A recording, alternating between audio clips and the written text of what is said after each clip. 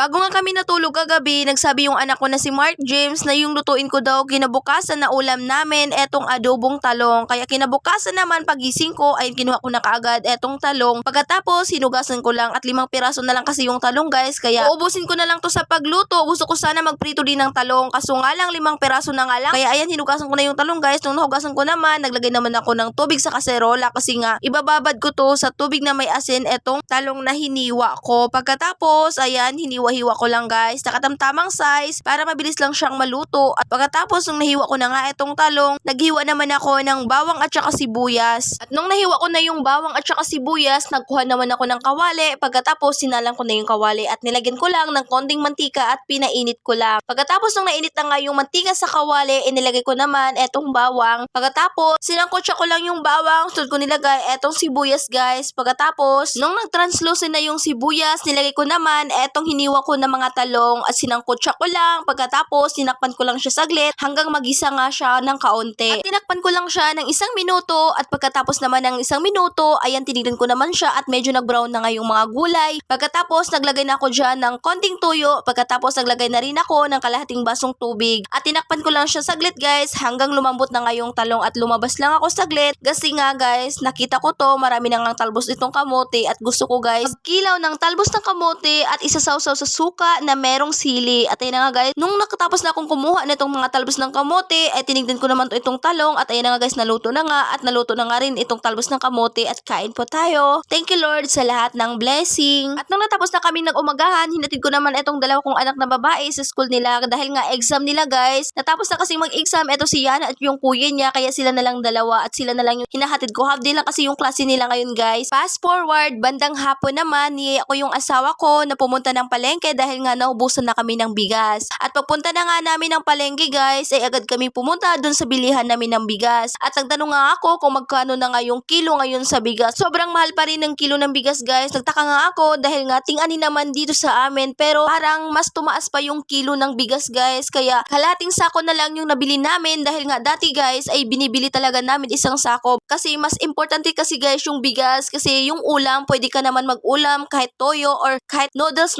lang. Importante merong bigas. Pero ngayon guys, kalating sako lang muna yung nabili namin dahil sa sobra na talagang mahal na mga bilihin guys. At pagkatapos nga namin bumili ng bigas, ay pumunta naman kami dito sa nagbibenta ng isda kasi bili din kami ng isda na ilalagay namin sa ref dahil nga ilang linggo na yung ref namin guys na hindi nakabukas dahil nga wala na ngang laman. At ayan na nga guys, tatlong klase na nga ng isda yung nabili ko at bumili na rin ako ng kalating kilong karning baboy. At ang gagawin ko lang dito na luto ay adobo lang kaya agad kong hinugasan. 3 beses ko tong hinugasan. Pagkatapos ko nga mahugasan etong karning baboy guys ay naghiwa naman ako ng bawang. Pagkatapos nilagay ko naman sa isang lagay na itong karning baboy. Maliit kasi yung una kong pinaglagyan kaya nilagay ko sa isang kaserol. At ayan na nga guys, nung nalagay ko na nga itong mga karning ng baboy at tinimplahan ko lang siya ng toyo at saka nilagay ko naman itong bawang. Naglagay na rin ako ng konting suka, naglagay na rin ako ng laurel at pamintang buo. Pagkatapos minarinate ko lang siya ng 1 oras guys at tinakpan ko lang siya saglit. At nung nakalipas na yung 1 oras ay nagpainit naman ako ng kawali na paglulutuan ko nito. At nung nainit na nga yung kawali, nilagay ko naman etong minarinate ko ng karning baboy. At lulutuin ko lang to sa sarili niyang katas at dinakpan ko lang siya para naman kumulo na. At nung kumulo na nga guys, ayan, hinalo-halo ko naman siya at tatakpan ko lang siya ulit. At habang hinintay ko guys na kumunti na lang yung sabaw ng niluto kong adobo, ayan, inasikaso ko naman etong mga hugasin kasi nga yung mga anak ko hindi pala naghugas kanina kaya ayoko kasi guys na makalat yung lababo dahil nga hindi ako makilos ng maayos kapag maraming nakalagay nga dito ng mga hugasin kasi alam niyo naman yung lababo namin, maliit nga lang to. Para naman kapag matapos na ako magluto ay meron din kaming magamit na plato dahil konti nga lang tong mga plato namin. At kapag hindi to mahugasan kaagad ay wala na kaming magagamit kapag kumain kami. Kaya ayan na nga guys, nung natapos na ako maghugas, nilagay ko naman dito sa lagayan namin ng plato at tinawag ko naman itong mga anak ko para makakain na kami at para makalagay na rin sila ng kanin sa lamesa. At sunod kong ginawa ay tinignan ko naman etong niluluto ko kung ano na ba, kung naluto na ba to guys at kumunti na ba lang yung sabaw niya. At munti ko pa nga nakalimutan maglagay ng magic syrup. Kaya ayan na nga guys, naglagay na nga ako ng konting magic syrup at naglagay na rin ako ng kaunting asukal para naman medyo matamis nga siya dahil nga marami nga tong taba. At pagkatapos ko matimplahan, sunod kong ginawa ay tinikman ko naman kung okay na ba yung lasa niya. At natikman ko na nga guys at masarap nga siya. Kaya ayun na nga guys, luto na nga